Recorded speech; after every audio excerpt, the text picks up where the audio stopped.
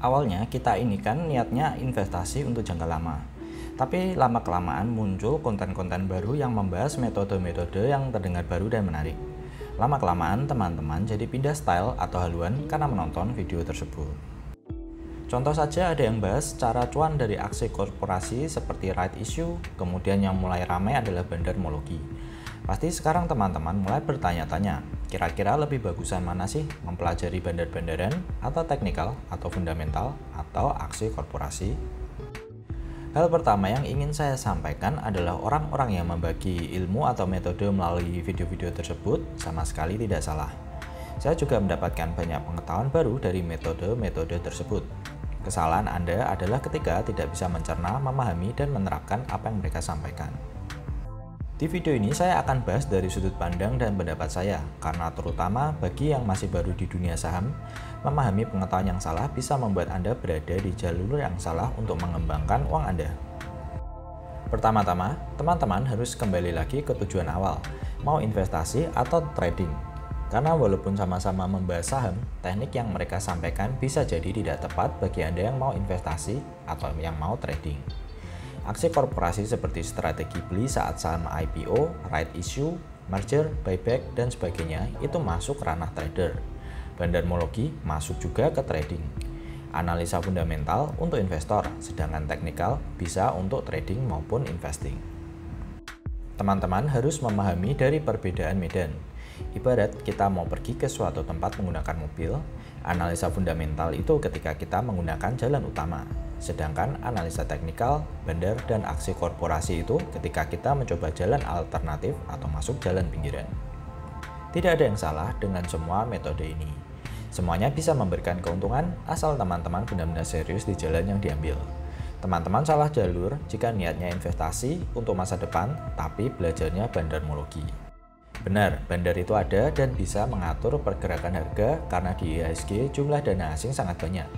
Sedangkan investor retail seperti kita ini ya hanya ikan teri yang terombang-ambing kena arus buntutnya ikan paus. Tapi teman-teman harus tahu bahwa untuk investasi jangka lama, pengaruh bandar, mau dia beli, mau dia jual juga gak akan ngaruh sama masa depan kita jika kita memiliki saham-saham yang fundamentalnya kuat. Contoh saja, lihat grafiknya Bank BCA atau Unilever. Kalau time frame teman-teman di bawah 1 tahun, ya pasti grafiknya naik turun dan mungkin bisa dimainkan bandar. Tapi jika time frame teman-teman rubah ke 10 tahun, maka grafiknya ya naik terus mengikuti kinerja perusahaannya, gak perlu pusing main tenis lawan bandar. Kemudian, saya mau bahas tentang mana metode yang paling benar. Akhir-akhir ini banyak perdebatan antara analisa teknikal dan bandarmologi. Menurut saya ini agak aneh. Kenapa? Karena teknikal dan bandarmologi itu sebenarnya berada di tempat yang sama. Bandarmologi itu ya salah satu ilmu cabang dari analisa teknikal, kan sama-sama lihat angka. Memperdebatkan analisa teknikal versus bandar itu ibarat berdebat antara semangka bulat versus semangka kotak. Kan rasanya ya sama aja, cuma semangka kotak lebih unik dan menarik. Kalau dimakan ya tetap aja yang dimakan buah semangka. Ada dua cara untuk menganalisa sebuah saham, berdasarkan analisa kualitatif dan kuantitatif. Analisa secara kualitatif itu menilai kualitas sebuah saham dari faktor-faktor seperti mood, brand perusahaan, model bisnis, siapa CEO-nya, hingga gizinya. Analisa kualitatif ini tidak melihat angka dan hitung-hitungan seperti membaca laporan keuangan atau order book. Di lain sisi, analisa kuantitatif itu menilai kinerja perusahaan dari segala yang bisa dihitung. Anda mau tarik-tarik garis juga Anda melihat harga dan grafik saham yang terdiri dari angka. Anda mau baca laporan keuangan juga membaca angka. Anda mau belajar bandarmologi juga memperhatikan bid offer atau jumlah akumulasi dan distribusi. Kalau Anda tanya saya sukanya yang mana, ya saya akan bilang analisa kualitatif. Saya orangnya simpel aja, memilih saham itu seni. Walaupun membaca income statement, neraca dan sebagainya wajib dilakukan. Anda ingat perusahaan Aqua? Dulu perusahaan ini sempat mau bangkrut di awal-awal. Kalau Anda ditawari sahamnya Aqua dan hanya baca dari laporan keuangannya, ya kalian akan melewatkan perusahaan air minum dalam kemasan pertama di Indonesia. Contoh lain, Elon Musk dengan Tesla-nya. Jika kalian hanya sibuk cek per, PBV, dan bandar-bandaran, ya mungkin Anda sampai sekarang masih pikir-pikir untuk beli sahamnya Tesla yang dari IPO hingga sekarang sahamnya sudah naik 10.000%. Sekali lagi, saya tidak bilang analisa kuantitatif seperti teknikal dan bandar itu salah ya. Jika tujuan kalian di pasar saham adalah sebagai trader profesional, ya sah-sah aja. Masalahnya, jika kalian niatnya investasi saham, tapi setiap hari yang dipelajari hanya pergerakan bandar, ya Anda sedang berada di jalur yang salah.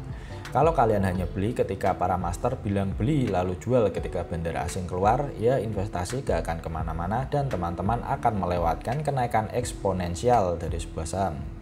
Kalau sudah begitu, ya mending teman-teman trading CFD saja pakai margin. Kesimpulannya, analisa teknikal, aksi korporasi dan bandarmologi sesuai bagi teman-teman yang niatnya jadi trader jangka pendek di pasar saham. Jika niatnya untuk investasi jangka lama, fokus ke bisnis perusahaan. Jangan terlalu sibuk untuk mempelajari skill atau metode atau style tertentu. Coba daripada kebanyakan baca buku akuntansi, teman-teman mulai banyakin baca buku-buku tentang bisnis dan biografi seorang CEO atau kisah sukses sebuah brand. Membaca buku-buku seperti ini bisa membuka wawasan dalam memilih saham mana yang bisnisnya bagus di masa depan. Oke, semoga video ini bisa bermanfaat. Like jika suka, bagi ke teman-teman, dan jangan lupa subscribe.